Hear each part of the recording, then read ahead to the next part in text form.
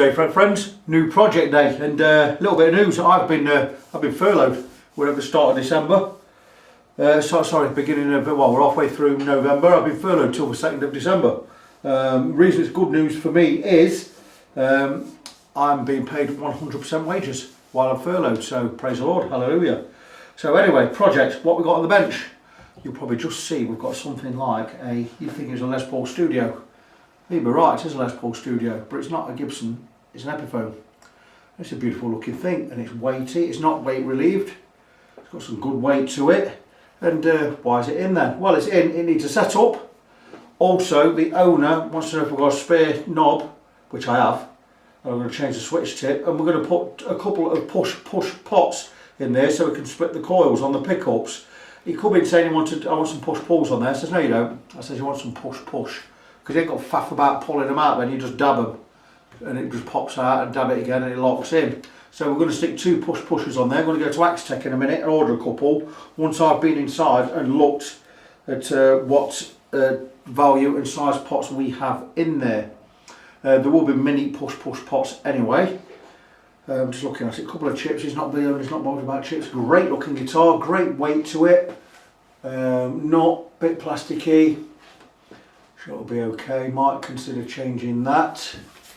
Some nice Grover tuners on the back end there. Lovely weight to this. I love heavy guitars, me. Nice body size, nice thickness to it, and a really nice looking guitar. So let's get the back plate off while we're here. And just so I can look at the pots. I don't know what you can see where you are. I'm not moving the camera. Can't be bothered. Right, those screws are stuck in there. I'm going to plug these holes and re-drill. Yeah, they knackered these holes in here. That one's okay. That one's not very clever. Sorry you can't see. Could have moved the camera.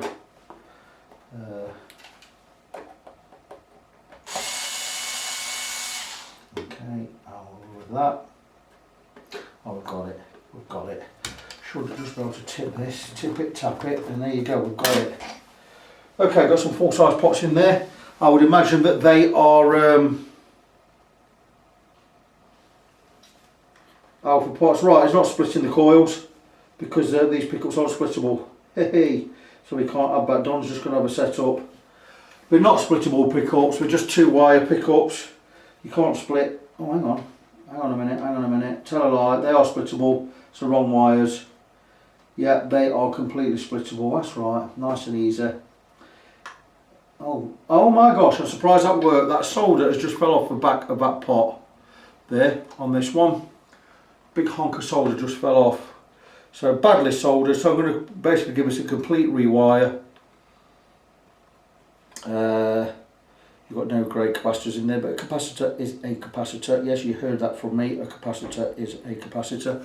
So I'm going to go and order some push pots.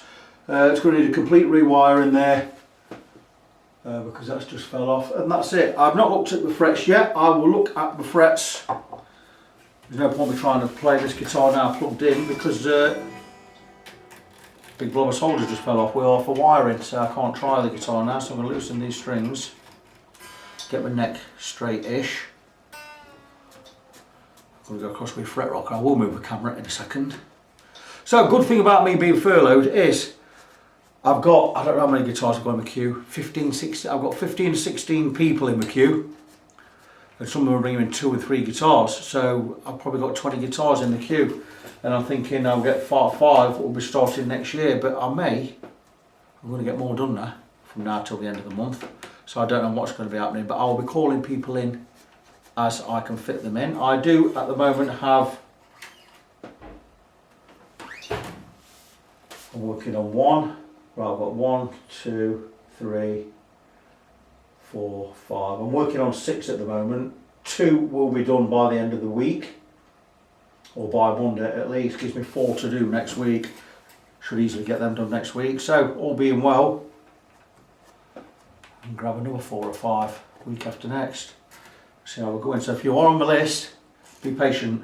The list is on my Facebook page, facebook.com/ng17, facebook.com/NGONESEVEN.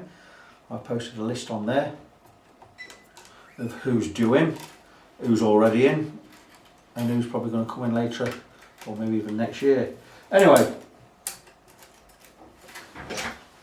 just move the camera and you can see. Just going to whiz across with a fret rocker. That'll do there.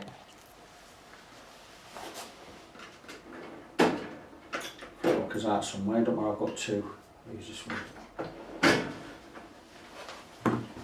Right.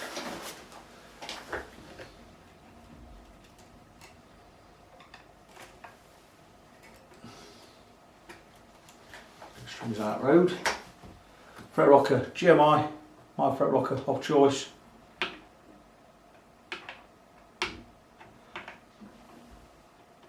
That was a little bit high. That was very high there. Got quite a bit of wear on the frets as well. So a quick scoot across. This is not a definitive check because I haven't checked how straight the neck is. It's more or less straight, but not bang on. So we've got 2, 3,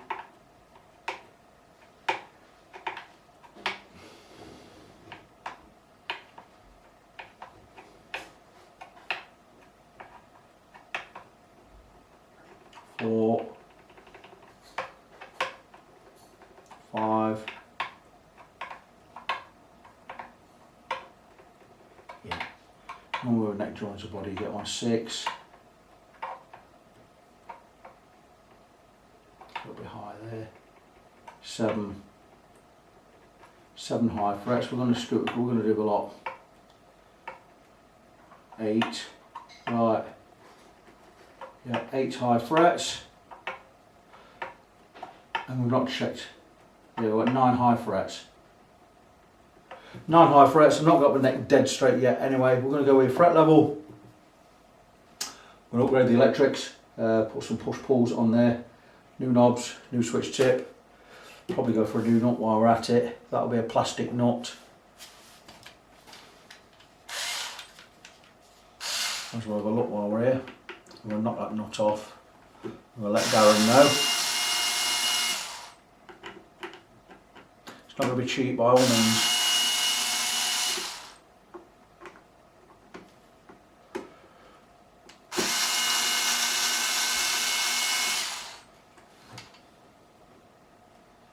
Looking in the region of £160 all done. Fret level, set up, electrics overhaul, 2 new pots, a couple of bits, probably £170 max. Not cheap, but again, not expensive. Just need to, that's stuck on there, don't know why.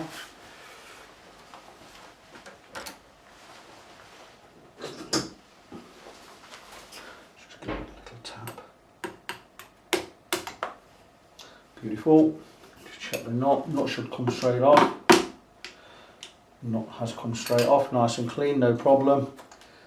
Plastic knot. I'm going to recommend we replace that as well. We're looking at 180 quid all done. Maybe a little bit more because I've got to cut the knot as well. I can put a bow knot on there if he wants one.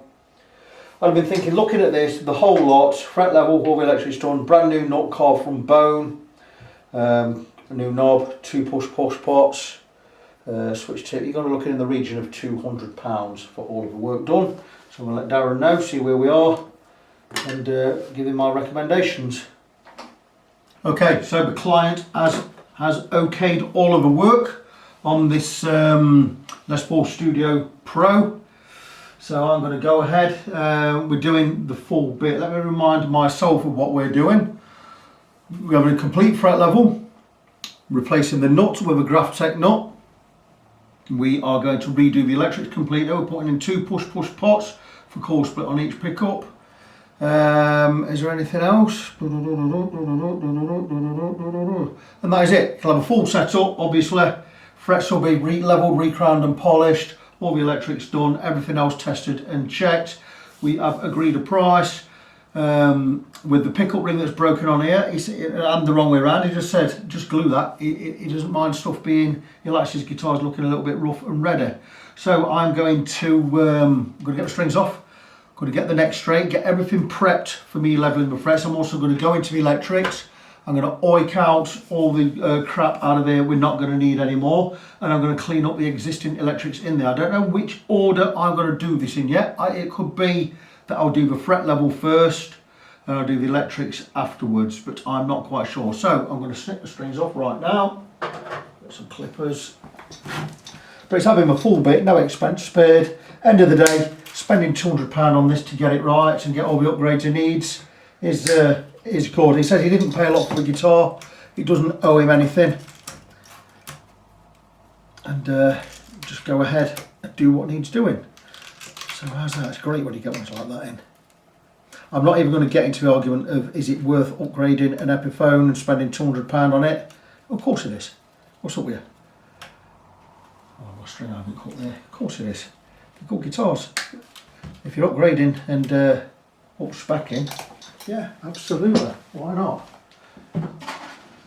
Lovely guitar, this one. It's non-weight relieved, so it's got a very, very good weight to it. Nice thick body. And it's a bit grubby in that, but you know, we'll need a bath now and again, don't we? That string's a horrible yak. Should be wearing gloves for this. Should be a government health warning on this. Very bit grimy, but you know, it's the way it goes. Anyway, veer off. So I'm going to crack on, do a little bit. I'm just going to, you may as well stay with me a couple of seconds. I'll just move the camera because you can see what I'm doing. What a lovely looking guitar that is, isn't it? That's a look at that one. She's a beaut. Very, very nice looking guitar. Straight in the bin with these. Horrible.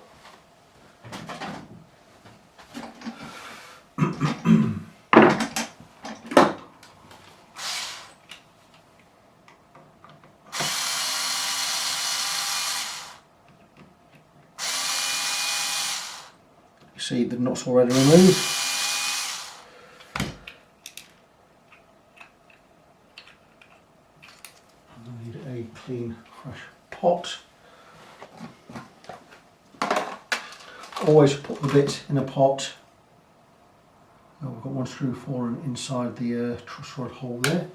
Typical. There we go. The bits rattling about, you can hear them in the control cabinet too. They're the electrics. So a couple of things I can do while the camera's running.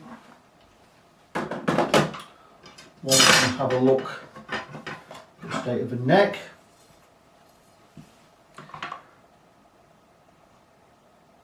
We can get this straight right now. Let's have a look. We are straight anyway from when I checked the frets. It probably needs a tiny, tiny tweak, but nothing major, certainly. Just make sure we're not going to hit the tuners with anything.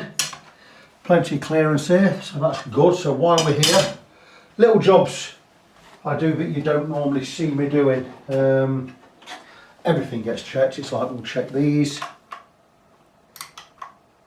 A little bit loose. Don't nip them up too tight. You just want them nipping like that. Oh, that's loose. So these things, look, just nip them up. There you go, just like that. These are jobs I never really show. Have a look at the tuners. I feel there's a little bit loose. Just nip that. That's good. That's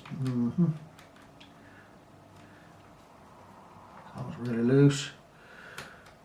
That one is, that's because its grommet is missing. It's a little rubber grommet. I'll see if I've got something to put on there. If not, it'll be fine like that as long as it's working.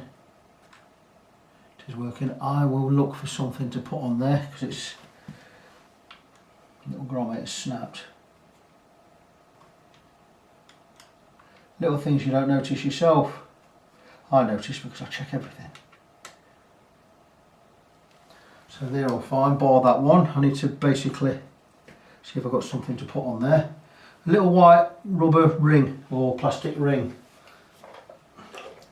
Something else we need to check.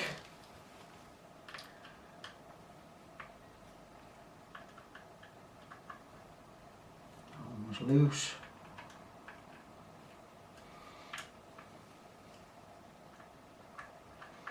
I'm certain I've got some of these little grommets knocking about somewhere. What we're going to do is we're going to remove this one.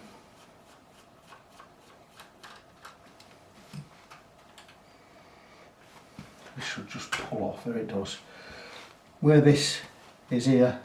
There should be a little white plastic ring like there is on that one there. There's not on here.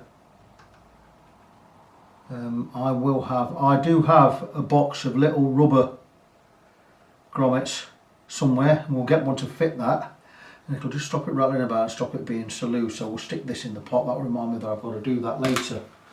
Nothing gets missed in this workshop. While I'm here, we'll have a look at the strap pins. Again, that's so loose that is going to need plug-in. Oh, that's horrible. Look at all the wood falling out there, look. We're going to plug that. Oh, that's horrible. Someone's already plugged it, but they've done it wrongly. I've not made a very good job of that. We'll get some dowel and we'll sand some dowel down, and we'll make a perfect fit, and we'll glue and tap a dowel in there. All little jobs you never see done normally. These are things I'll do off camera, just to show you guitars get my full attention. That one's fine, that's good. So yeah, see all the crap there, look.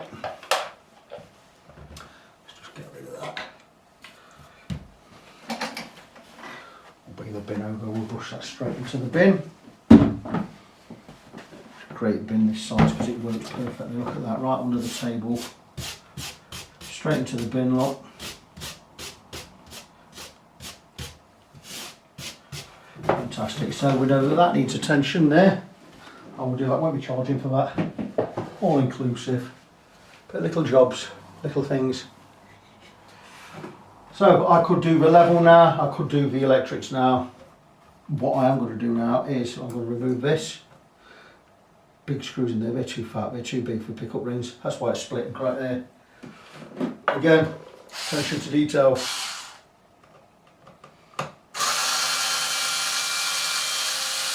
They're not right for that, way too big. The thing is, when you do stuff like this, you can't really be undone without plugging those holes. I mean, that's why that's cracked. Pathetic. What can I tell you? I can only work with what's in front of me, can't I?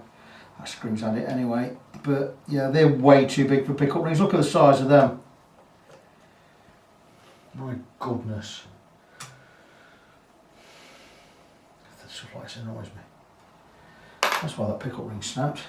Screws are way too big. I may have a spare pickup ring. I'm sure I've got a spare pickup ring somewhere. I'll have a look in the parts box in a minute. We'll chuck that one in as well. I'll try super gluing it. I never have much luck with super glue. I get more of it on my fingers than anywhere else. Okay. Pickups that. Doesn't say. Just got an N on there for neck. That one would be on there for bridge. You know, rocket science and all that. That pickup ring is the wrong way around. So anyway, leave that with me.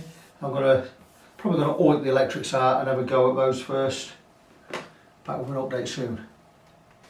These pickup screws, or pickup ring screws that are too big, we had one stuck in there and it's knackered. The crosshead on it is absolutely knackered because it's tin pot metal. So what we do is we'll get a plier or a mole grip or a vice grip on there, nice and short, nice and tight, and we should just be able to turn it like so, and we can free it.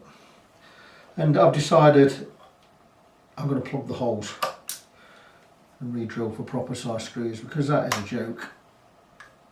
And just a pain in the, just a pain. Doesn't have to be anywhere in particular, does it?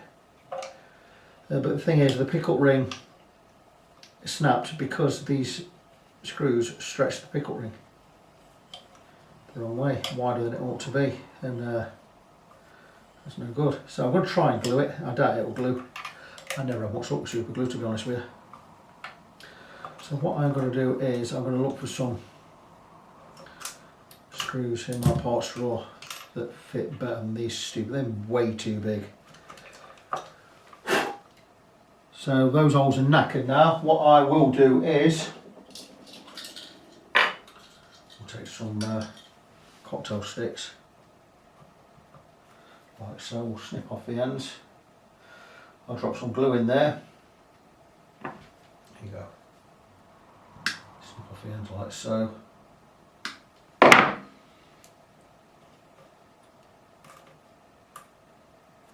I probably won't even need to pop any glue in there. Just stick those in like so. And that's really quite good. And there you go, we've plugged the holes.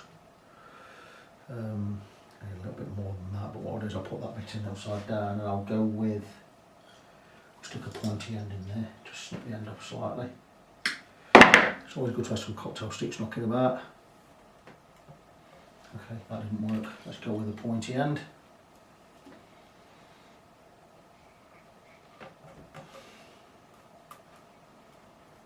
And there you go, they're plugged. And what I could do is just drop a dab of super glue in there if I can find it. What have I done with it? I put my super glue today. What have I done with that? There you go, so bring it up. And we'll just drop a little dab of super glue in there. No, I won't, because it's all blocked. Just chew off the end there.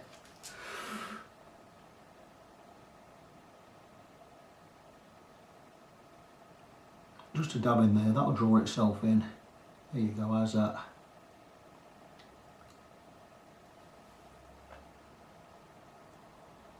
And now we can put normal size screws in there. Let that sit 5 minutes to dry. Get some normal size screws in there so I can possibly repair that pickup ring even better. I think I have one the right size. Here you go, I've got one here. Same size as that one. Why faff about? Let's just stick a new one on there. Put a freebie on there, no charge.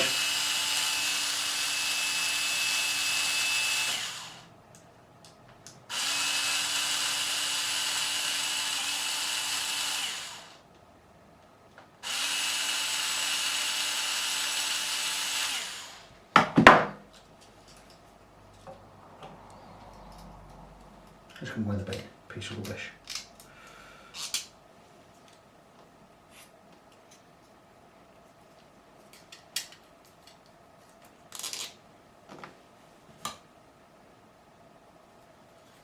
Not quite as tall as the other one, this one, but it's free.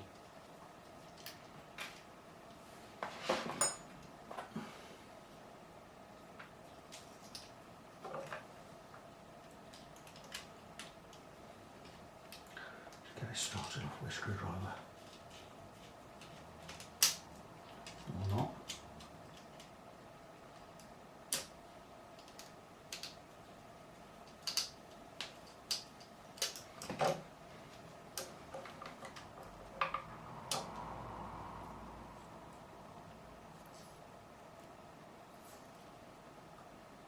Good thing about plugging those holes is we're going to get this on right. We won't be forcing anything, we're not going to snap the pickup ring.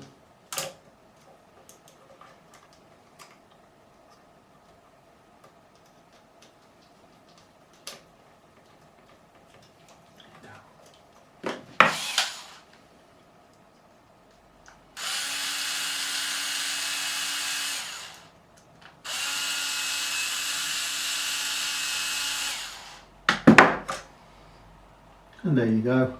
And that is, just make sure we get it central.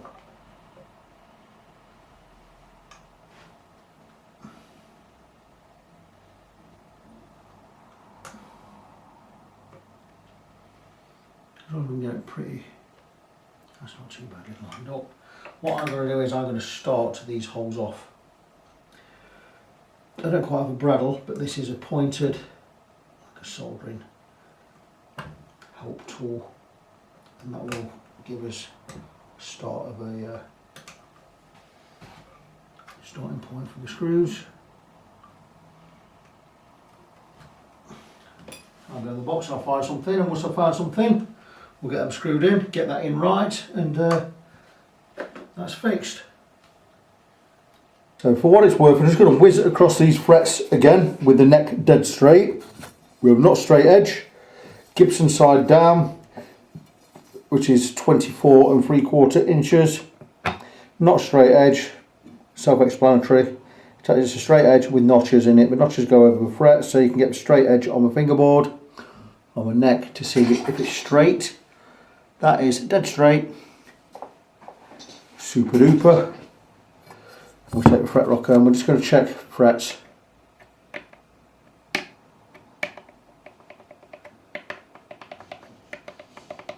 All the way across that one. I'm going to mark the frets where we have high spots. As always, we're going to mark the frets where they are high. That one was all the way across. This one is just in the middle. We'll call middle area 2. I split the frets into 3 sections, usually 5, now I do 3. Section 1 being closest to you, section 2 being down the middle, section 3 being closer to me. And if I wanted to write a key on a piece of paper, I could do. Like for instance, this is fret 7, areas 1 and 3. So I'd write the fret number down, and underneath I'd write 1 and 3. So I've got fret 7, areas 1 and 3 are high. I could do that all the way along the fingerboard on a piece of paper. And then if I wasn't, for instance, using permanent, I use permanent marker now, I never used to. So it rubs off, so it's always good to have that key, but I'm using permanent marker today. We already have 1, 2, 3, 4 high frets with 1, 2, 3, 4, 5, 6, 7 high spots over 4 high frets.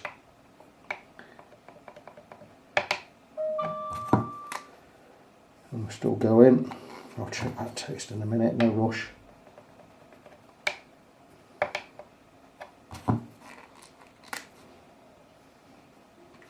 Loads of high spots. 1, 2, 3, 4, 5, 6 frets out of 10 have high spots. The fingerboard on this guitar is disgusting. Looks like it's never been cleaned. There's all grime and dirty finger sweat and all sorts soaked in there. We'll get that out. Got to get that out. Horrible. But part of the job.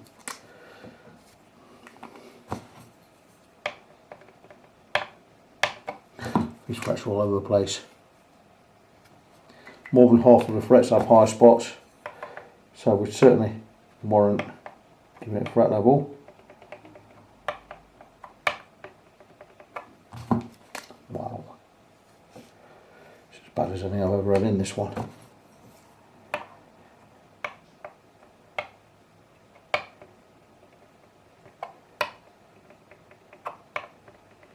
Oh, surprise, all the way across. We get the one where the body joins, normally all the way across is high. So more than half of the frets have high spots.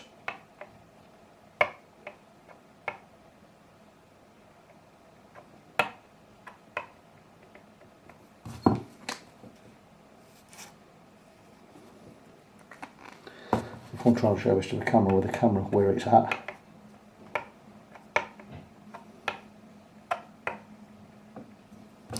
Okay, let's first count the frets. 1, 2, 3, 4, 5, 6, 7, 8, 9, 10, 11, 12 frets with high spots. The high spots we are 1, 2, 3, 4, 5, 6, 7, 8, 9, 10, 11, 12, 13, 14, 15, 16, 17, 18, 19, 20, 21. So we have 12 frets with 21 high spots over those 12 frets. Wow, that's a lot, isn't it? Because you'd be looking, if it's a 21 fret affair, it's a 22 fret affair. So we're looking at 66 frets. We have 21 high spots over 66 potential high spots. So that's 1 in 3. So a third of this neck has high spots. So we definitely warrant a fret level. I've got everything marked up. I'm going to try and show it to the camera. Just get the gubbins out of the way. When we're doing this, we're always battling against knocking the guitar or anything. So all I'm going to do is pick up the guitar this side, swing it over. I'm just going to turn it around, and hopefully you can see the black marks on the frets. And where there's a black mark is where we have a high spot. And I'm not going to point them out with the guitar held like this. Just going to pull it back, hopefully to where it was. I always know which is where it was by positioning my fingers. Right here, for instance, that's it, you see. That's how I position a neck or the camera to make sure both fingers are inside the screen area. And there you go, that's perfect. So there you go. Plenty of frets need leveling there. I think I'm just better off just leveling the whole lot with a leveling beam. Not even going to bother going over with a spot leveling file, though that would save time in the long run. Let me get everything all set up and I'll bring you back in. I'll have the camera at a different angle and I'll bring the camera back in and I'll show you a little bit of leveling. I decided against doing it all with a leveling beam. It makes much more sense to do it with the file. So the file I'm using is my Precision Ground diamond file. Bought it from Chris Allsop on eBay. Makes fantastic luthier tools. I think it's only 27 quid. It's ground perfectly flat. It's got a diamond edge there. It removes material like nobody's business. It removes a lot of material, this. So we're looking at loads of high spots. We are going to scratch all of the frets up. These have pits in them anyway, so we are basically going to level the whole lot. Hopefully get most of these pits out and give this guitar a future. So, good thing about using this file is it can give me resistance where the frets are high, but once the high fret is lowered to the same level as all the other frets, it'll stop giving me resistance. So I'll know when I've gone far enough. And it'll make light work of these high spots. And it doesn't matter about scratching the frets around it because we've got to level the whole lot anyway. But that one already we can see where it's flattened across there. I'm not pressing down and letting the file do the work. And I'm just going across all of the frets. I'm not going to break. I will now and again just come and wipe the file.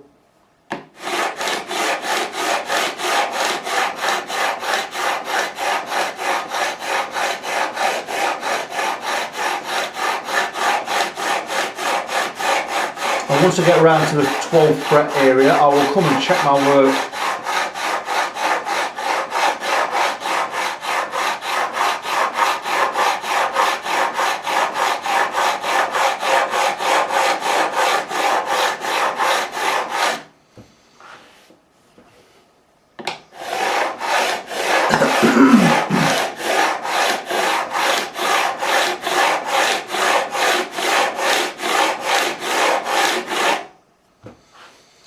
And we can see all the specs. I'm just going to check the frets again because we're looking for frets to be level all the way up to the 12th fret now. I can see where the file has worked, where it's removed lots of material. Excuse me, just a bit of a dry throat tonight. I'm ready for a drink. It's Friday night or Friday evening. It's not too late, it's about 5 PM. The dog's going to be wanting to be fed in a minute. My wife is preparing a meal in the kitchen. And, God's in his heaven and all is good. So that's looking pretty good there. I need to get a brush just to remove the filings so far. That's why I put an old tea towel under the neck. So we've still got work to do on the rest of the neck. I've not done that area yet. Again,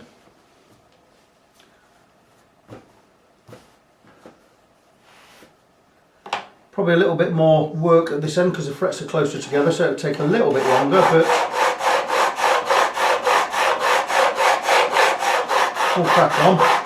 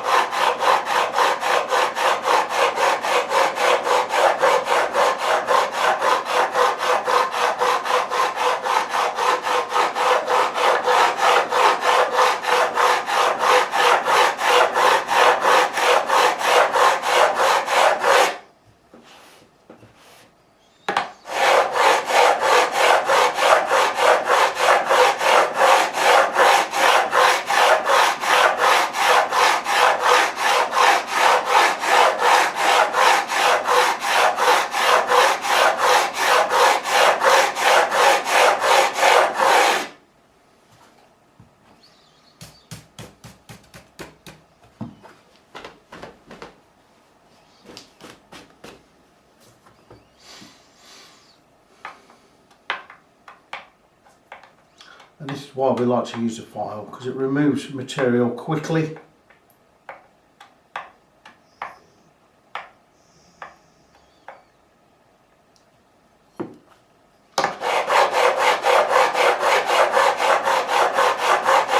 And it means when we come to using the levelling beam, all we're really doing is removing the scratches caused by this file.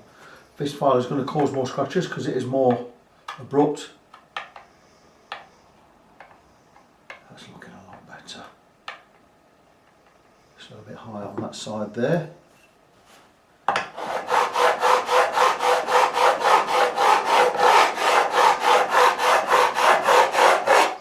Once I get a consistent level along the whole length of the neck, still high there.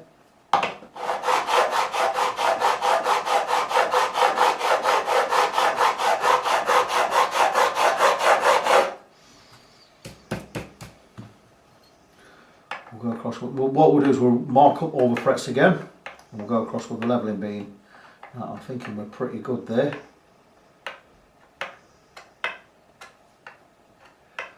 You can't see this, but I can see where the frets all have flat spots on them now. So that looks pretty good. To know that we have frets level along the whole length, we are now going to grab a levelling beam. I'll explain more about that when I take it out of its box. Now my main levelling beam has gone back to the machine shop because I had it milled flat again because it was slightly out on one edge, and it's come back. And even though it's better, it is not perfectly level, and I've sent it back. I says that's not good enough. That has to be bob on or spot on. It's no good being a little bit out.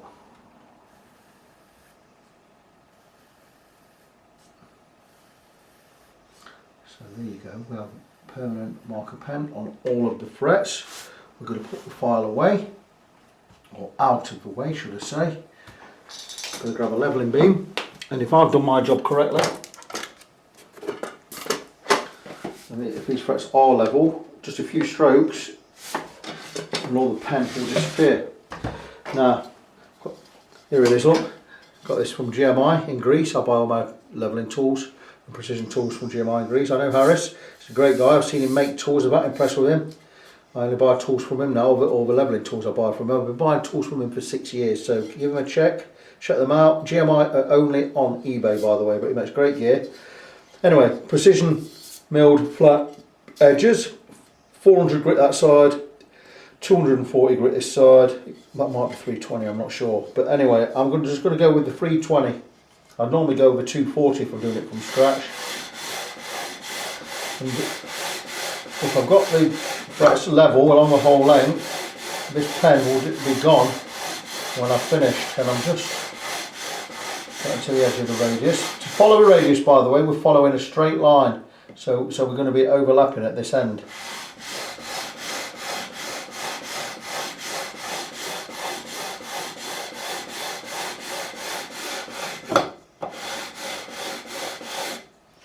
And that to me looks like all of the pen is gone. And all of the pen is gone. That should mean that we have the frets level down the whole length of the neck. And we are going to check, and I'm going to take my time and check. You will be listening for any rock anywhere. All the pen's gone, so that should mean that we are good. Fine there.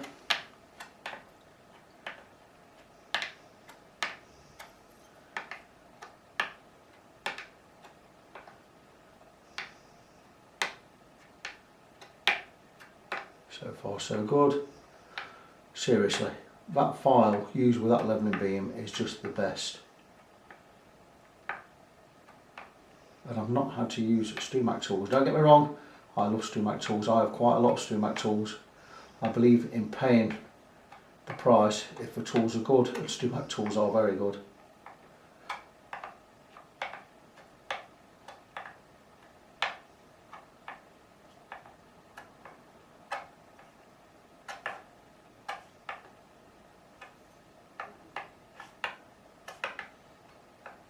Oh, good news, guys.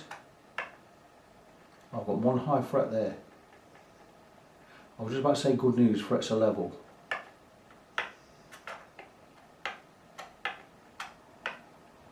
Very strange because it didn't come up with marker on there. So I could just, I'm going to get the file on there again.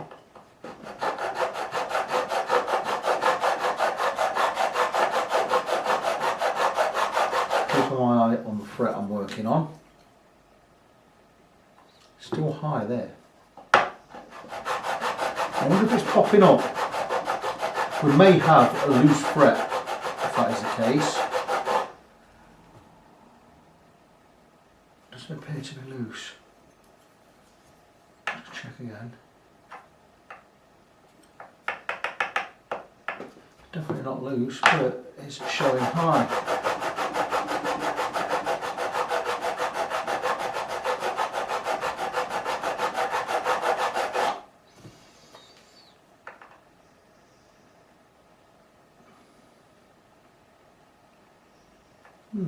Very, very strange one.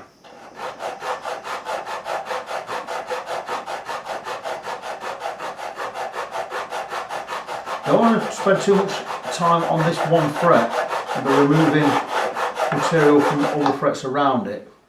There's no reason. I wonder. Let's have a quick look. No, it's not popping out.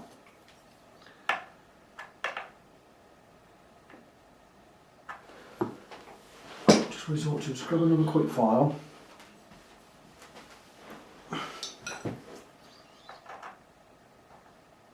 That's fine.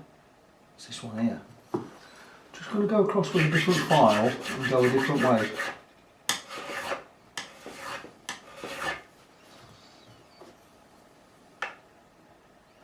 It's not high now. Okay, I'm going to start again. Very strange. It does happen though. We do get problems with rogue frets now and again.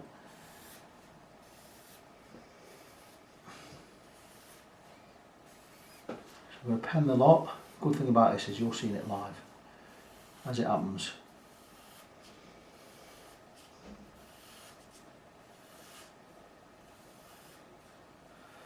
If you use a leveling beam and all the pen comes off but you still got a high fret, it normally means that fret is loose and it's lifting up and bobbing back down when you get any weight over it. But there's no evidence of it being loose, so again,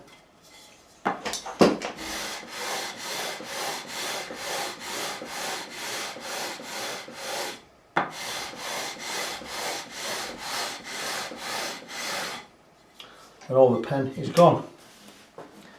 That quickly. So let's check again. I'm going to check from this end this time.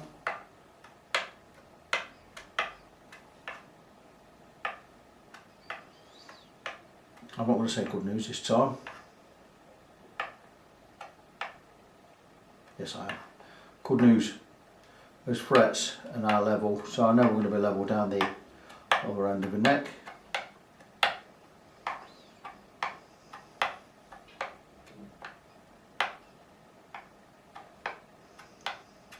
That's brilliant. So the frets are level. Just checking. Normally, I do want to crowning, but if I'm crowning, I'm going to be moving on to polishing, and then I've got to tape the fingerboard up, and I'm not sure I want to tape the fingerboard up with all this crud on it. I want to kind of think about removing this crud first, but if I remove that crud first, it means I've got it all over the fingerboard, and I certainly don't want to do that yet, because I've got all over the fingerboard, the tape isn't going to take. So I've talked my way out of oiling this fingerboard right now. I'm not going to tape it up.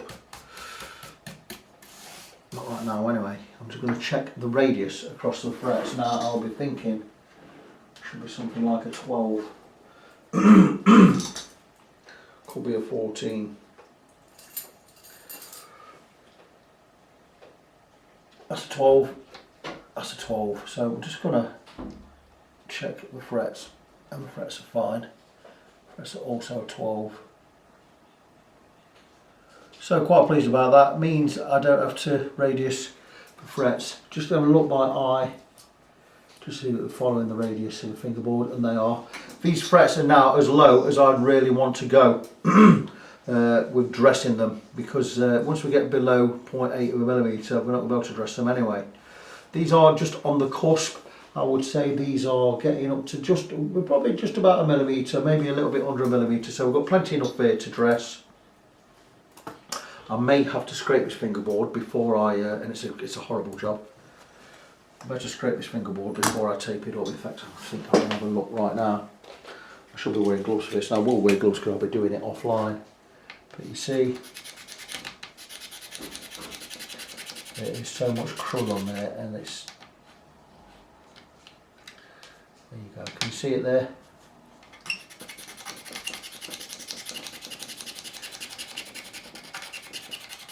Yeah, it's not nice.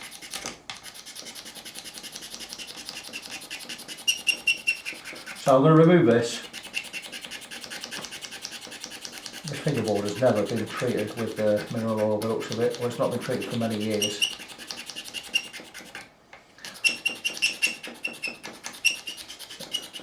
This is not as bad as some I've had. I've had some really horrible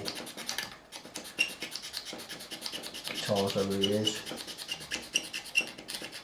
But you see all that? That's all dead skin and sweat. I always recommend treating the fingerboard with mineral oil, or you know it as lemon oil, at least once a year, preferably every 6 months. You could always do it every time you change your strings. Wouldn't hurt. And it's going to get all the sweat and grime off your fingerboard. It's also going to treat the wood, stop it drying out. It's not going to harm the fingerboard at all. It's specially formulated by these companies that know what they're doing. Especially formulated for the darker woods, i.e. Palfero, rosewood, ebony. It's not a sales gimmick, it's there for a reason. But anyway, you see all this gunk I've just scraped off here, look. And that's only done half of it, but that's a lot better to work with. I can tape that up now.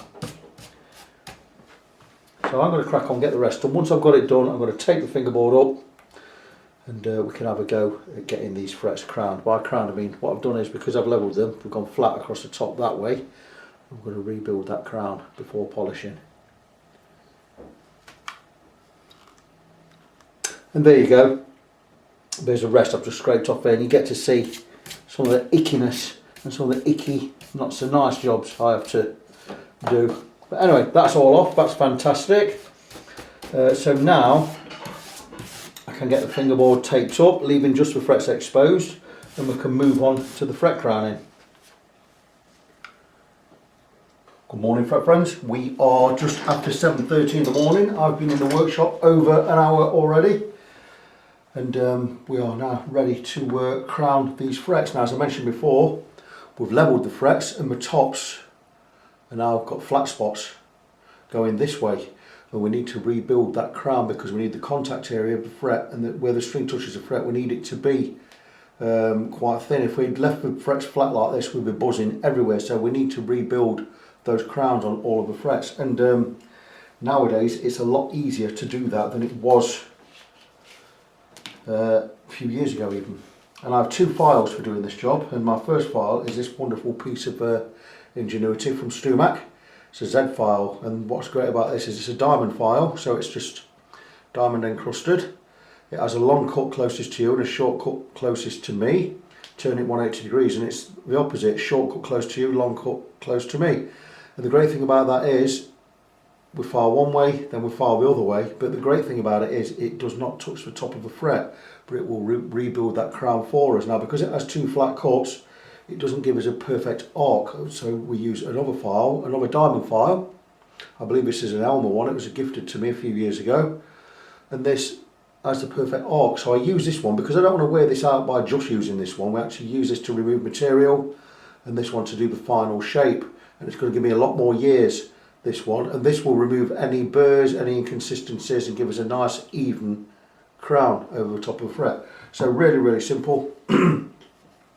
This, by the way, this file on its own cost me £125, and it's worth every penny. I must have done 40, 50, maybe even 60 fret jobs using this, including stainless steel, and it's still going strong. But anyway, show you how we go on. I have marked the top of all the frets with black marker, just so I know where I am, and it's just a matter of just a few strokes with this one, that way. Turn it over 180 degrees, same again on the other side. We're left with a nice thin black line down the centre of the fret. So that has rebuilt that crown for us. Really, really easy. If it is a little bit wider than you want it to be, you can go over again. That's actually fine where I'm looking. It's about 1/2 mil. Maybe just a bit over. We can go just a little bit more. But the great thing about this is it doesn't touch the top of the fret, so we're not losing any height from the fret. If you do remember, we have levelled all of the frets, they are all exactly the same height. But we're not removing height because the black line's still there down the centre. And once that's done, by the way, we'll move over to the other file. We'll round off the edges, round off the edge, and come across and just remove any inconsistencies. Again, this will not touch the top, or it may just touch the top, but we're not removing any height. And to prove that fact, I will go and grab fret locker. I have 2 of these genuine ones, by the way, they're brilliant. And we'll just check for rock, and there is no rock because we've maintained the height, but we've rebuilt the crown. So I'm going to move on to the next one. You'll notice, by the way, I always clean the file after a fret. Move on to the next one. Really, really easy.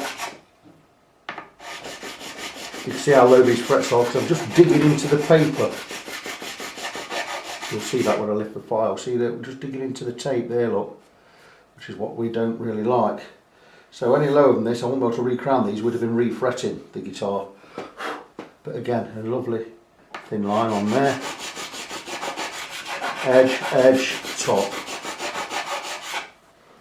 And there you go, another one done, and we'll check the height again on everything. And we'll go across, just make sure, and we know we've not removed any height because we've got no rock on anything else. I'll do one more.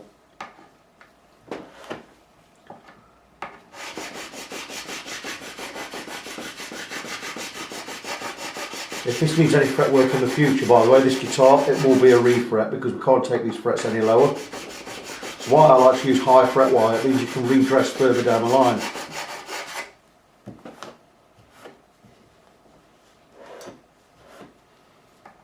Edge, edge, top. Again, lovely thin line. No height lost. Check back one, check forward one. Absolutely wonderful. I've got 18 more to do, maybe 19 more to do. So I'm going to crack on, get them done off camera. But they're looking fantastic. These 3 are ready for polishing. The rest of them we've got to re-crown. I've got what I might think be a little treat for you all, and I'm going to work while not really talking, just working. You can just watch me work live for a short time. I do have some video playing in the background on my iPad on my shelf in front of me. I'm not really watching it, listening more than anything. I'm watching an old pool match. I play pool. I've always played pool, and I love watching the old matches, and just got that on in the background. I'm going to work while it's on. It just gives me, you know, it takes the focus away from too much thinking, if you know what I mean. But anyway, here's my files cleaned. I've started at this end because I like to get the work over the body out of the way, and you'll see why I tape the body up, because I'm working over them, and I've got to be very careful, because when I'm working this side, for instance, I'm going to lean it back slightly, but I don't want to dig into the body. When I go on the far side, I again don't want to dig into the body. So you watch my technique. On this side, I use this end of the file, and as I go over to the other side, I'll use the far end of the file. So that way, I'm not going to be digging into the body anywhere. And I'm just going to work. And I'll leave the camera running just for a short time. And you can see how I actually do work in a normal situation.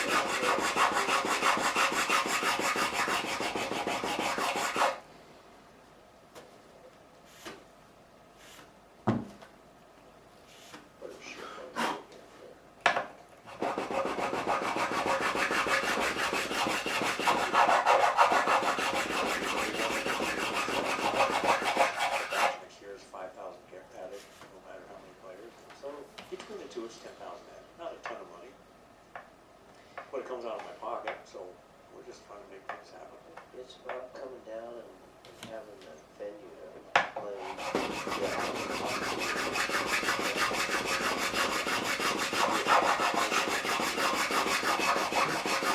awesome.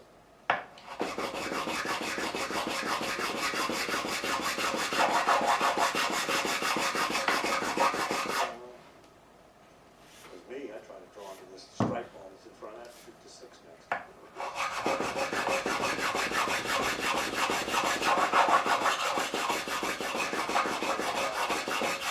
And you see now that I've come over where the body is, I can use a slightly different technique. I can use a lot more of the file length and I don't have to worry about digging into anything. So we're now past the body and this makes things a lot easier.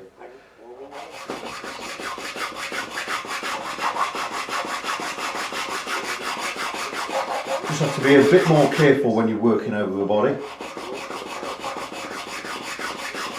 You can get those diamond files with a hooked end, so you can work in these areas over the body without worrying about digging into the body. And they're great tools, but they're like 110 quid each and 120 quid. And I'm thinking, well, I can get this for 125 and get this for 60-70 quid. Even from Stumac I can get these a bit cheaper. Go for about 60-70 quid at the moment. I'm going to go and buy some today because they're on offer. And even with the import tax and everything, I'm going to be paying like 80 quid for these, and they work for me, you know. And it's, I suppose it's what you're comfortable with. And we all want Stumac tools, don't get me wrong, because they are brilliant. But you do pay a premium. I'm going to go and do an order with Stumac today. I'm going to be buying one of these and 2 of these, and it's going to cost me. It cost me like 300 quid after import tax and VAT. In fact, it's going to cost me more than that. It's going to cost me about 325 quid when all's said and done. But they're worth getting. I mean, you think I've done between 4, I've done about 50 jobs with that. That's £2 a job. Not a lot of money, is it? Don't ever scrimp on tools, luthier tools. You can learn the easy way, you can learn the hard way. Easy way, buy cheap, buy 5 times. Buy the best gear, buy once. You know, and it is pretty much proven. Anyway, I'm going to crack on, get the rest of these done.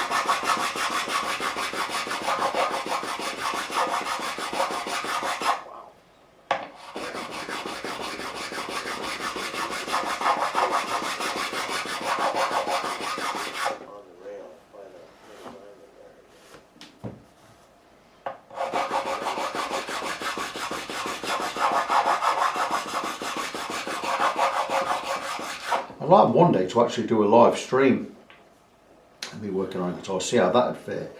I would probably work better on probably a Saturday or a Sunday, I think. Something I'm looking at doing, you know.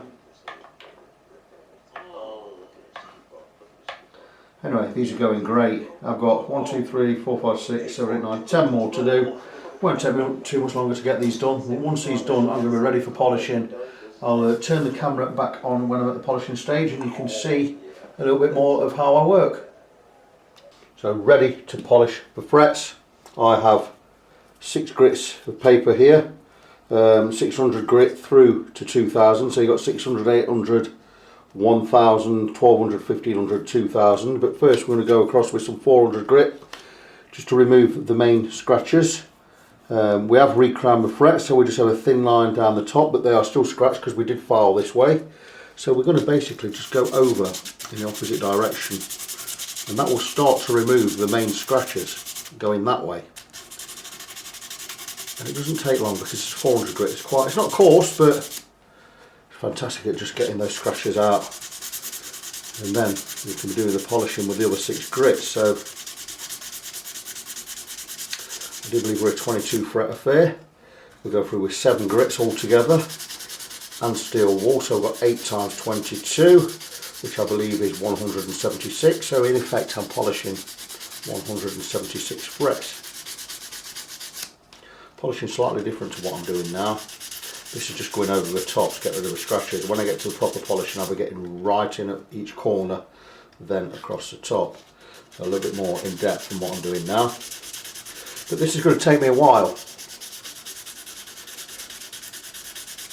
So I'm going to crack on, get it done off camera, and I'll come back and show you the results.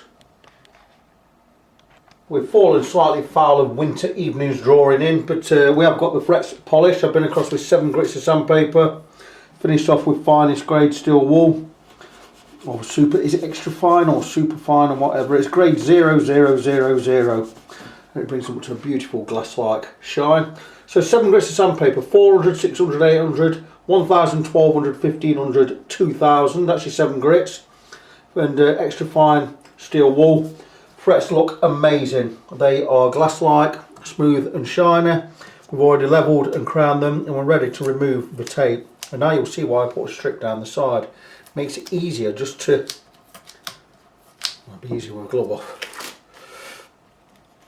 Just bring up that strip, and we can get a start on the edges, like so.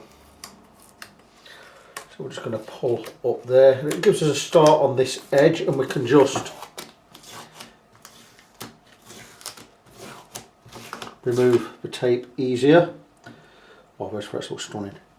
They never really pop out until you've oiled your fingerboard, but when you've oiled your fingerboard, these will really pop. Look fantastic. Very satisfying job polishing frets. It's not the most exciting job, in fact it's quite boring. It takes a while. That's the thing people seem to forget. When you're doing a fret job, leveling, you don't just level them and leave them, you've got to crown them and polish them. And it's the polishing that takes the time. You use 7 grits of sandpaper on 1 steel wool, it's 8 times 22. I believe that's 176. Now, it's not taking me all day to do this, I did start it this morning, but I've been doing other things this afternoon and in the morning. I tend to, if I'm working on 2-3 guitars at a time, I flip between the 3, depending on what I have to do. So sometimes if I've got a really big project on, with guitars are a lot of work, like I've got to steam the neck straight and I've got to refret it and blah blah blah blah blah, I won't do it all in one go, I'll do it over a period of time. But anyway, I can remove all of the tape. And what I must do first is make sure we've got any filings off. Don't leave any filings anywhere. That's why we cover all the pickups up. I'm going to leave that on just for a second because I remembered I need to treat fingerboard with some mineral oil. So I'm going to get rid of this tape and this sandpaper. Get it all out of the way. Get everything all brushed down. The glove can go in the bin. I started using latex gloves again, which is a good thing because some guitars are not that, let's say, they're hygienically challenged. So, mineral oil. I've got this one in a squirty jar. It's lemon oil, you know it's lemon oil, it's actually mineral oil, especially formulated for the darker guitar woods, like Pal Ferro, rosewood, ebony, and their subgenuses, derivatives. I'm going to let this, you remember I scraped the fingerboard earlier, so this is going to soak in, let everything lift, treat the wood, slightly moisturise the wood. Any grime that's left on there will float off. We'll have to rub that off in 15-20 minutes or whatever. So we'll let that soak in a short while. Come back and wipe it off with some, we'll get some kitchen roll type gubbins on there. Once that's done, we can peel all the tape off the guitar. We can start putting it back together. I'm going to clean the body as well. In fact, we can use the oil on my fingers just to give that a little rub over. It's not going to harm it.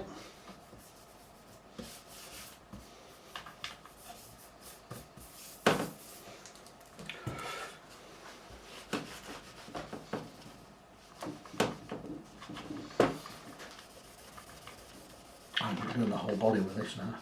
A little bit of oil is not going to hurt a satin finished guitar. Look fantastic.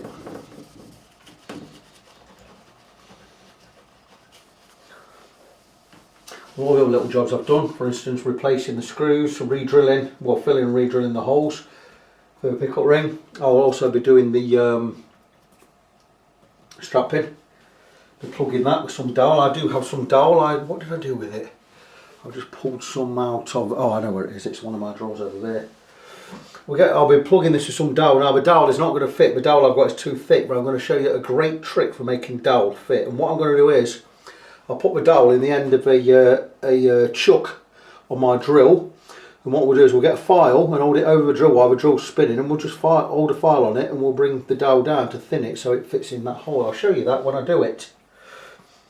Plenty of shortcuts and tricks we can use in this workshop. I am a great fan of YouTube, and if I need to know how to do something, I basically learned this trade from YouTube, and from Dan Irwine at Stumac. But I've watched thousands upon thousands of guitar teching videos over the years, and always looking for new ways to do things. And it's great. I do get together with luthiers and guitar techs now and again, and we talk about the ways we do things and compare notes. And it's amazing what you can learn from other people. I get together a lot with Danny Lint and Danny and Natalie, a good friend of mine, or good friends of mine. Danny and Natalie are Leicestershire luthiers. They took over from Nigel Roberts, who was a Leicestershire luthier. Danny was his apprentice, protege, whatever, and he now runs Leicestershire Luthier. And we get together every couple of months and we go for meals. I mean, great thing, I've mentioned it before on other videos. Danny, like me, is madly into football and guitars. We're both English and we're both married to Canadian girls, so we have that commonality. There are a couple of commonalities, so it's great for the girls to get together, talk about Canada, and cook Canadian food, and me and Danny get to be the recipient of those meals, which is fantastic. And me and Danny get together and we compare notes, and there's always something to learn from another guitar tech. In fact, I was over there last week at his new studio, his new workshop. Yeah, so that's always good. But anyway, back to where we are with this. I'm going to let that settle 10 minutes, and once that's done, we're going to get all this off, and like I say, we're going to get start on there. We'll glue a new nut on there, and I think we can get cracking with the setup. I think you'll agree that the neck looks wonderful now, fingerboard and the frets, and next thing we're going to do is we're going to stick a nut on there. And the equivalent for an Epiphone or Gibson Les Paul type guitar on the Graphtec is PT6060-00. That's the model number or whatever reference it is for that nut. And this should fit straight on. So let me grab a knife. Carefully remove it from the wrapper.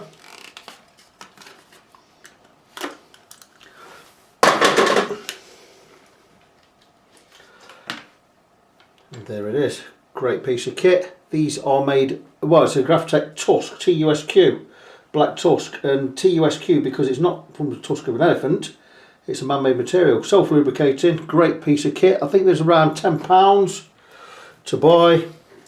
I normally buy, when I order any of these, I always buy two or three at a time, depending on what deal I get, but that should fit, doesn't exactly fit the groove, so I'm going to have to file it back a bit.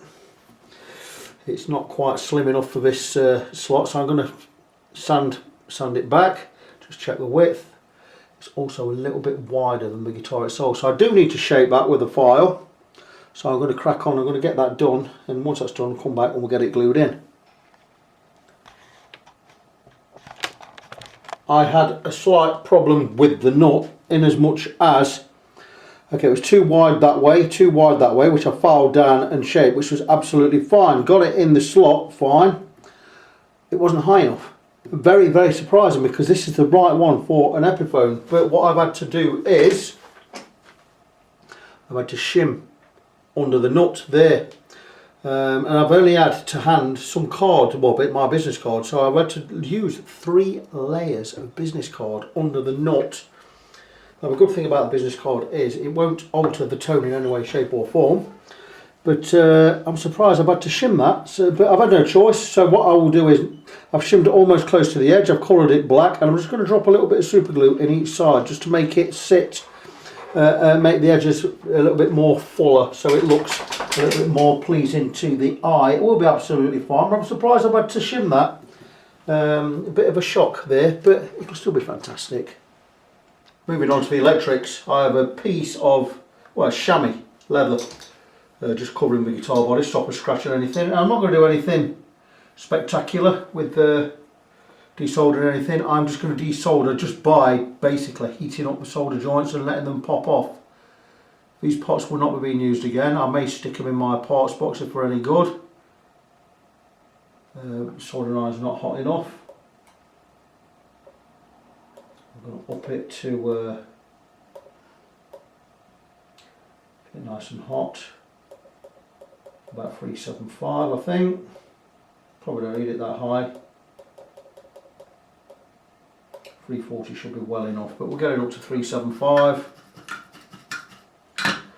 What are the pots I'm sticking in there? I may have stuck them in a little box.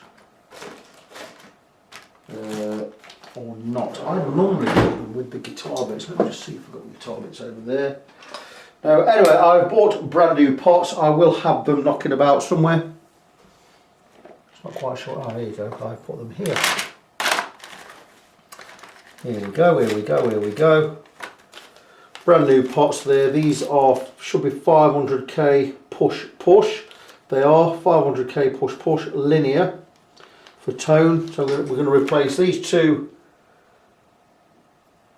full size pots there with these two push ones. Push are fantastic because rather than fiddling about on a guitar and pulling a knob it may slip, all you have to do with these is push. That's out. In the in position it's full humbucker, in the out position it'll be split. That's simple. All you've got to do is dob it. Fantastic piece. I always use push pots. So let's have a look, see if the soldering iron's hot enough now. It should be. Like I said, just to get these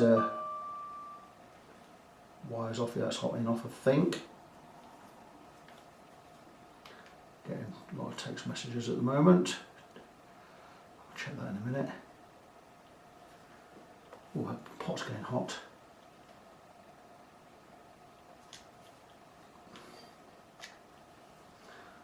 Thank you. Very good soldering iron or solder station. This is my Hakko FX888D. I think it cost me about £125. I ummed and ahed about getting one for many years. And same with all those type of things, you think, when you get it, you think, why did I buy this earlier?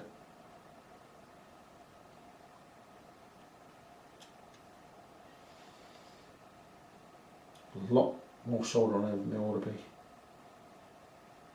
We don't need that amount of solder on these joints. That's that one off. I will be using, well, I'll try and use the capacitor again. So I'm going to crack on, desolder this one as well, tidy the wiring up, and come back and we'll get the other stuff in a short while. So that's working nicely. Catch you soon. Slight change of plan on the electrics. I was fiddling about last night and I thought these electrics really aren't that clear, and I was looking around working out how I was going to connect the split pickups to the pots. And you remember when I first mentioned the electrics, I says these aren't splittable. I says, oh yes they are, I made a mistake. I was right and wrong at the same time there. One is splittable, this one, the neck pickup. There, look, it's got 5 wires there, but one is not splittable, and I've taken it out. Where are you? Here you go. Can't be splittable. It's a 2-wire affair, and that's a bridge pickup, so can't split that one. So I've told the owner, I says, why don't we just go and get something off eBay? We'll look at a Warman or some. I would like to get an Artec or a Wilkinson, something high output, round about 14k ohms resistance, which this is. It's 14k ohms, so it would sound more or less the same. You don't want to do that. He says no, leave that in because he likes the sound of it. So I'm still putting in 2 push pots and leaving the bridge one open for splitting in the future. So I just want to show it. So what we're doing is I've oiled all of the electrics out because they were in such a bad way. I'm going to show you pots pots in a second. I'm just going to grab them from the other bench. And I've decided to clean everything up. These are the 4 original pots, and the 2 we tape on, I imagine, of one side and these 2 of the other. It looks like, looking at them, you can normally tell which one's the bridge volume, neck volume, and that'd be that one. Because it's normally the one with the most solder on. So that would be neck tone, because that's got tape on as well. They're the ones we weren't using anymore. So the other volume, this side, will be the bridge volume. And they're alpha pots, and they're decent pots, and I'm going to measure them. Measure the capacitance in there, or the resistance, shall I say. I'm going to measure the resistance in them, see how close they are to 500. But I've already wired up the 2-tone ones. And I much prefer to wire up pots outside of the guitar. So I'm just going to show my handiwork, and everything is wired for this just to be wired up to the volume pot when it goes in. And I've ran the earth wire from the case here round to here to these 2 lugs and back to the top of the case here, the capacitor from the case down onto the centre lug. Then this wire, you've got the hot running through from lug 3, and you've got the earth. So we've got the hot wire there and the earth there just to go on the volume pot. That'll go on lug 2 of a volume, that will go on the earth or the top of a casing. And these are both done. I've got a capacitor wired to each, 0.022 measurement on there. These are the original, that's one of mine. I lost the other original, don't know where it's gone, it must have dropped on the floor, so I put one of mine on there. It's a mylar capacitor, pretty much same as that. With capacitors, it's all about the value, not really about the material, but these are similar material anyway, so they work exactly the same. So that one is going to go on the neck pickup. I'm going to wire that in from a bridge pickup, but we're not able to split it. We can split this one. So we are splitting the neck pickup, we're not splitting the bridge. I'm going to clean the 2 volume pots up, get rid of all that dirty crap solder on the back of there. Got my soldering iron on, my Hakko FX888D, best soldering iron I've ever used. It was worth the £125 I paid. So I'm going to clean some things up, and I'm going to rewire the guitar from scratch. Disappointing that we can't split the bridge pickup yet. We can get a decent bridge pickup, or a good bridge pickup, certainly as good as that Epiphone for 20 quid. Now don't get me wrong, these are brilliant pickups. I've got one of these myself in my parts drawer there, 2-wire affair. It's a Hot HB8B. Real wonderful pickup these are. It's a shame they're not splittable. I think there's a way you can split them just by, you have to add wires between the 2 coils. There is a way to do that. I've not looked into that, but it's something I will look at doing in the future. But anyway, I'm going to crack on. I'm going to get these ones cleaned up, these 2 volume pots, ready for putting back in the guitar, and I'm going to rewire it from scratch. I've now cleaned up the 2 volume pots, and I'm sure you'll agree they look much better than they did. This will be the bridge volume, nice and tidy now. We removed all of the icky solder on there. We've sanded it back a little. You can even read the writing on them now. And there's the neck one. This is the worst of the 2. Again, all solder removed, sanded and filed down, cleared all the solder from the lugs. So really good condition. Now all I need to do now is measure both. I'm going to get my multimeter out.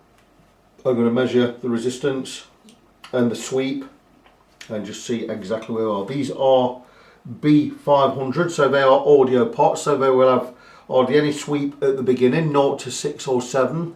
Then when you get to 8, 9 and 10, they'll go massively high, because all the sweep on these is at the end of the pot.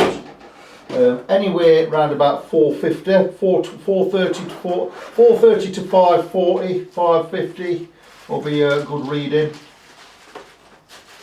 10% tolerance either way. 20 I suppose is alright, anything from 400 to 600, but we would like it as close to 500 as possible. I myself actually prefer, I stick 300k pots in guitars sometimes. But anyway, let's have a little look, see what and where we need one on the earth.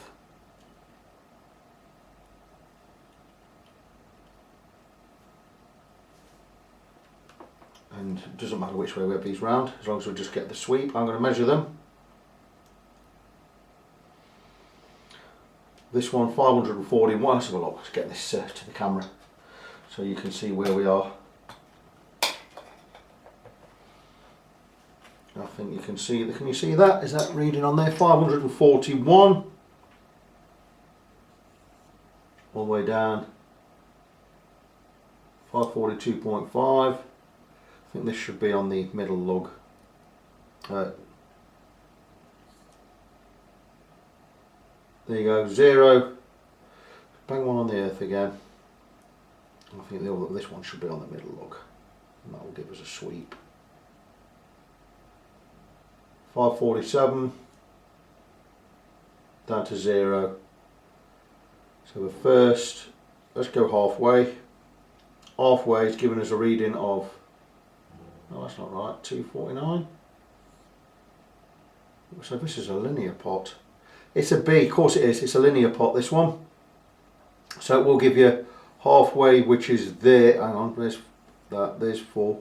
That's about halfway. And it's giving us 260 or 270.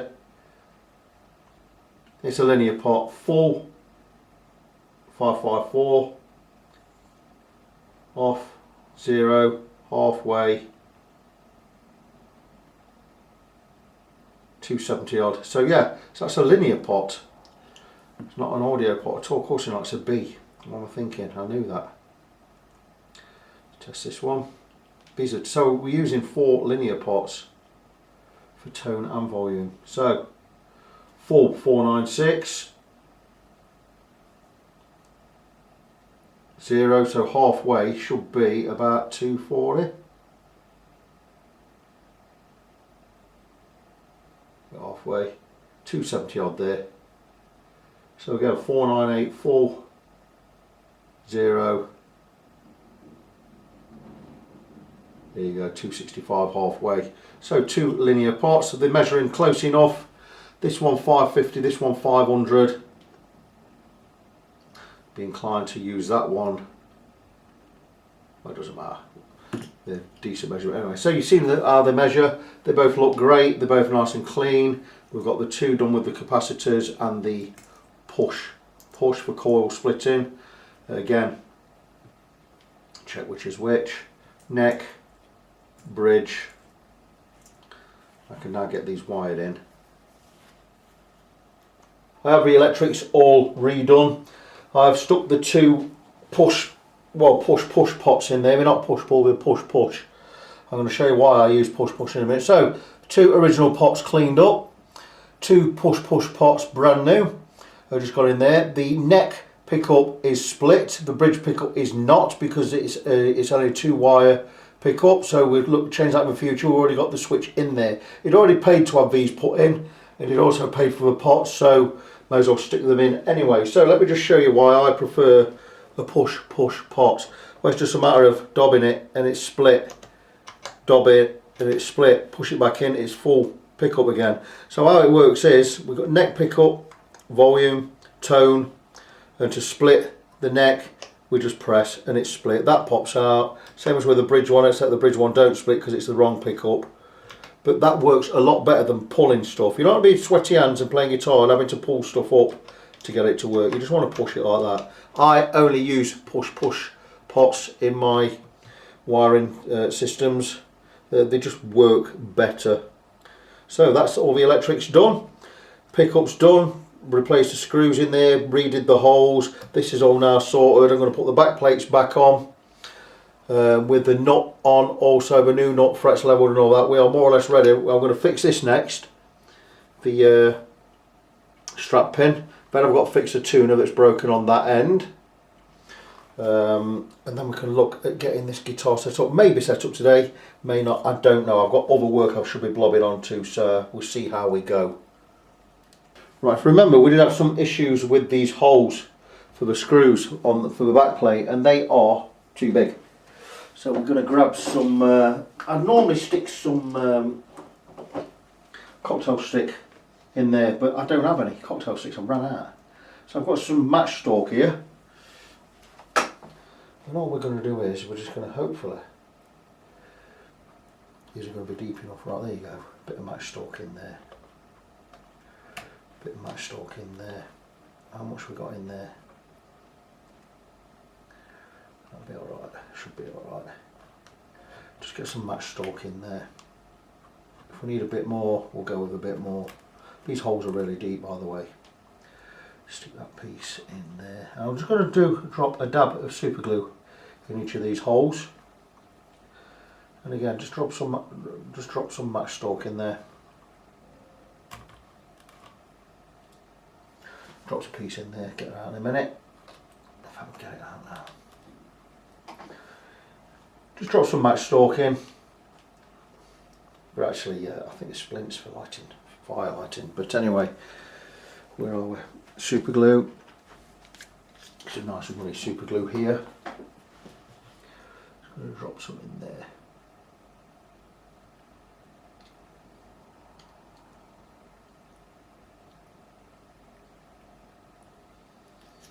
There you go. Job's a good one.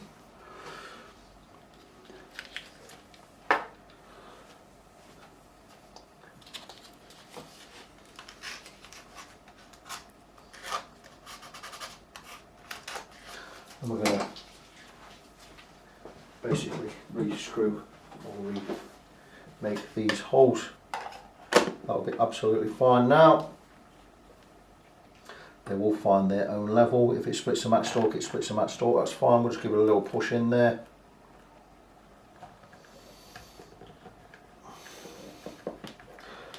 And now these are going in tight.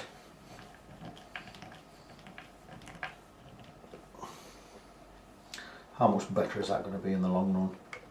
There were some really long screws in there in the past.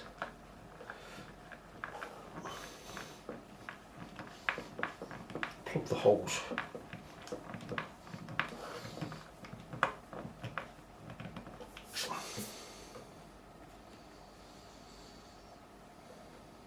Now it's going to last years. I'm getting this right in the centre of the matchstalk, so these are splitting the matchstalk as they go in, and the matchstalk's going to push to the side. They're nice and tight. The main thing I've got to do now is fix the strap pin. I'm going to use a slightly different method. I'm actually going to plug that properly. I'm going to get some dowel. We're going to shape the dowel so it fits the hole, so it's slightly proud. We're going to cram some wood glue in there, Type 1 original. We're going to hammer the dowel in, and we're going to let it set properly. And once it's set properly, I'm going to just seal the edge with probably some super glue before I drill the hole. That's just cracked. No problem. There you go. That's nice. That is now safe. Everything's good. Give it a wipe over.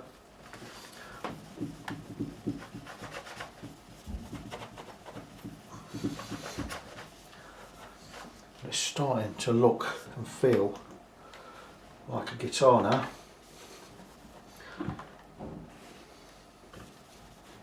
Excellent. Been a big project this one, but we're now getting down to the nitty gritty and getting towards the end of the road with this one. A little bit disappointed with the nuts not fitting, and I've had to shim it, but it's fine. I'm not going to fill these gaps, and I'm going to leave it and just show it as testament to the work we've had to do on this guitar, because it has been a big project and it's had a lot of time put into it. But we are at the stage now where I need to plug this hole. And I'm not going to plug it and finish it so it looks perfect and you'll never know it has happened. What I'm going to do is I'm going to plug it and you're going to know it happened.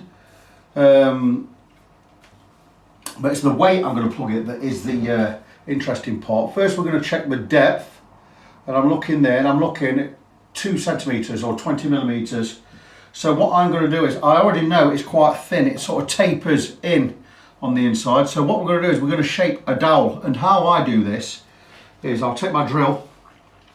Like so, I've got a piece of dowel in there, and I'll go and lock this in a vise, and I'll have the drill spinning, and I'll take a file to the dowel, and I'll shape it while it's on the guitar. I'm going to shape it a little bit longer than it needs to be, just so I can get it more or less flush at the end. But chances are I'm going to struggle to get this exactly to fit the hole. I don't want it so tight where I can't get it and I have to hammer it, then I hit the body of the guitar.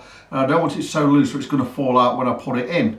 So I've got to be quite careful. So it's going to be a case of taking it out, testing it, pouring it back in.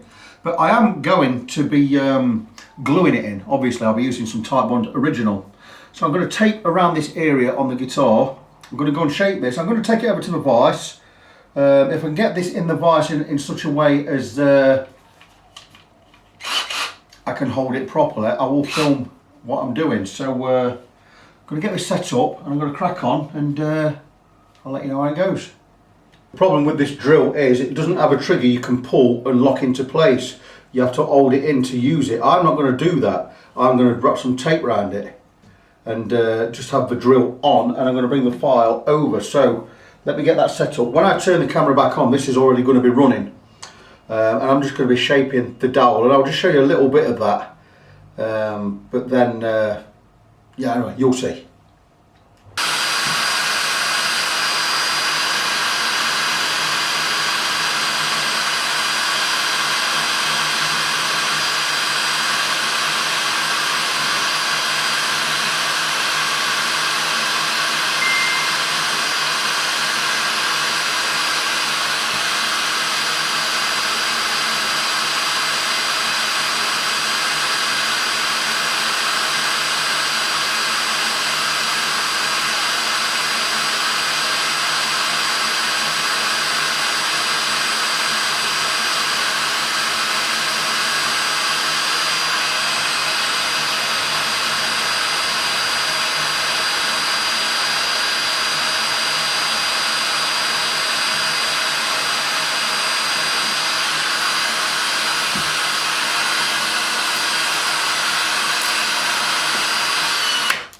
So there you get the idea, and I don't know if that's finished yet, but certainly getting towards where we need it to be. So I'm going to have a little dry fit, and I'm going to carry on and get this done, and I'll bring you back in once we've got it ready to fit.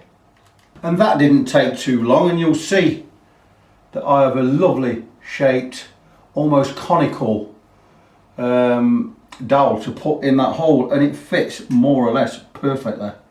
I'm not going to hammer it all the way in, but depth wise it seems to be pretty much bang on.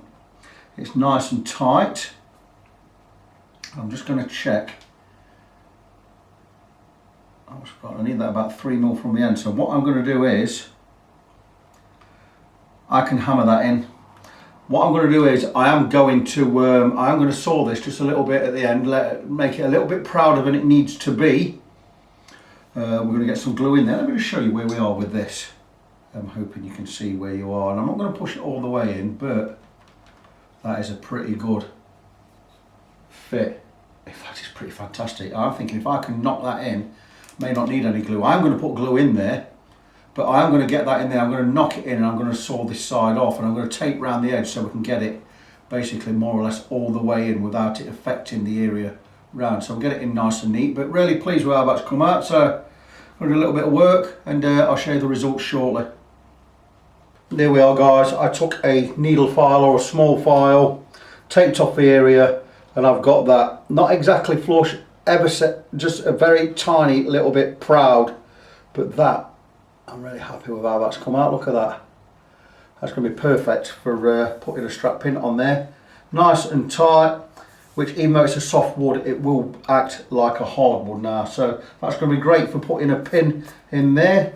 So I'm going to get that sorted out. Once that's done, we can move on to the last part of the whole job, which will be cutting the nut slots. I'll give a quick update on this guitar because a couple of things have changed, and I have some really good news regarding the shims under the nut. I removed them. I was able to remove them because I got the strings on. I thought they're way too high, so I thought I'll take the shim out, took it out, and we've still got enough clearance above the first fret to reshape the nut. So I'm really pleased with that, because now we have no shim underneath the nut, and that just makes it look a lot better.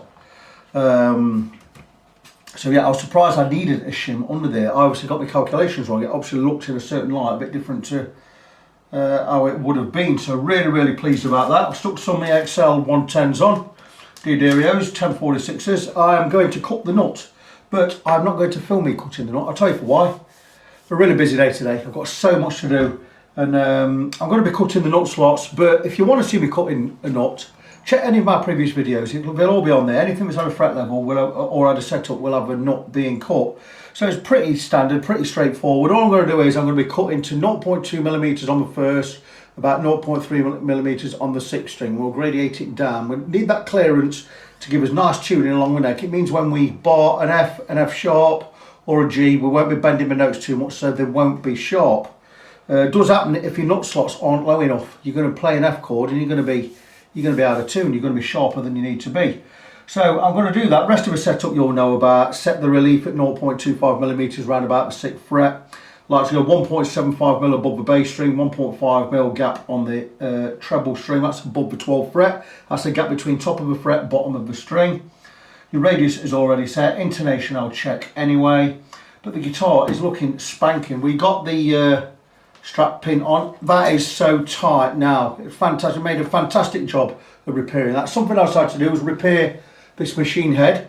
It didn't have a grommet between the machine head itself, and it was wobbling and loose. I managed to stick 2 like self-tapping type washers under there that I got off another older tuner. So that's all done and it's great. So everything is looking great, it plays great. The only thing we haven't done, what I wanted to do was split the bridge pickup, and that's because it's only a 2-wire pickup. It's impossible to do that. But everything else has all been done. I will come back in a short while. I'll recap what we've done on this guitar. It's had a lot of work, it's had a lot of my time. It's been a great project. It still is being a great project, but I'm going to crack on, get it done, and I will come back once I've got the guitar all set up and we can tie up this video. And there we are, guys, all done. And let me try and remember what we've done to this guitar, because it has had a lot of work. Let's just remind ourselves of what it is. Handcrafted in China, Epiphone Les Paul Studio, not weight relieved, so some good weight in there. £7, £8 in there, easy. And let's remind ourselves of what we've done on this now. I do have a receipt here, so it gives me an idea of what we've done. So it came and definitely needed a fret level, which we've done. We've replaced the nut. We've repaired and fixed, we've replaced a pickup ring. We've repaired the strap pin hole by plugging that with some dowel and re-drilling for that. We have upgraded the electrics. We have put push pots in there so we could split the pickups. We couldn't split the bridge pickup because it's not splittable. It's only a 2-wire affair, not a 4-wire or a 5-wire in that case. So even though I have put the push in there, and I prefer pushers because you haven't got to fanny about and pull them, you just press them. That's full humbucker, split humbucker. That's full humbucker all the time, but that it should be split. So we've left room for that to be split in the future by replacing the pickup. So it's had the works. I'm just trying to see if it's had anything else. No, 2 pots in there, 2 push pots, set of strings, Graphtec nut. Yeah, Graphtec nut on there, hand carved as well. I did put a shim under that originally because I thought it needed it. Actually didn't. Took the shim out, put it back in, cut it nice and low. So the guitar has always benefited from a full setup. What a beautiful thing. Plays great, sounds great, and now looks great. Of course I've cleaned it up. The fingerboard was disgusting. It was a dirty, grimy, horrible mess. I've scraped the fingerboard, levelled the frets, recrowned the frets, polished the frets obviously, reconditioned the fingerboard. Like I say, new nut on there. Also had to repair one of the tuners. This one here, the plastic grommet comes between the tuner head and the stem, gone, completely disappeared. So this is loose. I've put 2 washers, so 2 smallish washers, or well, not even washers. They are the correct fitment, just from a different guitar on there. So that's all working fine. So it basically has needed a few fixes here and there. I've also fixed the holes behind these screws because they were all loose, the screws weren't holding in, so we've replugged those as well. So it's had a lot of work and a lot of hours, but I think you'll agree it looks fantastic and it really does look the part. Great guitar, very nice guitar. Really impressed with how it's turned out as well. I'm sure the owner is going to be. So that's it, it is all done. So there's only one thing left for me to do. That's to remind you of my website address, which is facebook.com/ng17. That's facebook.com/NGONESEVEN. I'm Victor, I am your fret friend. Until next time, as always, God bless you, be good to each other, and I'll see you in the next one.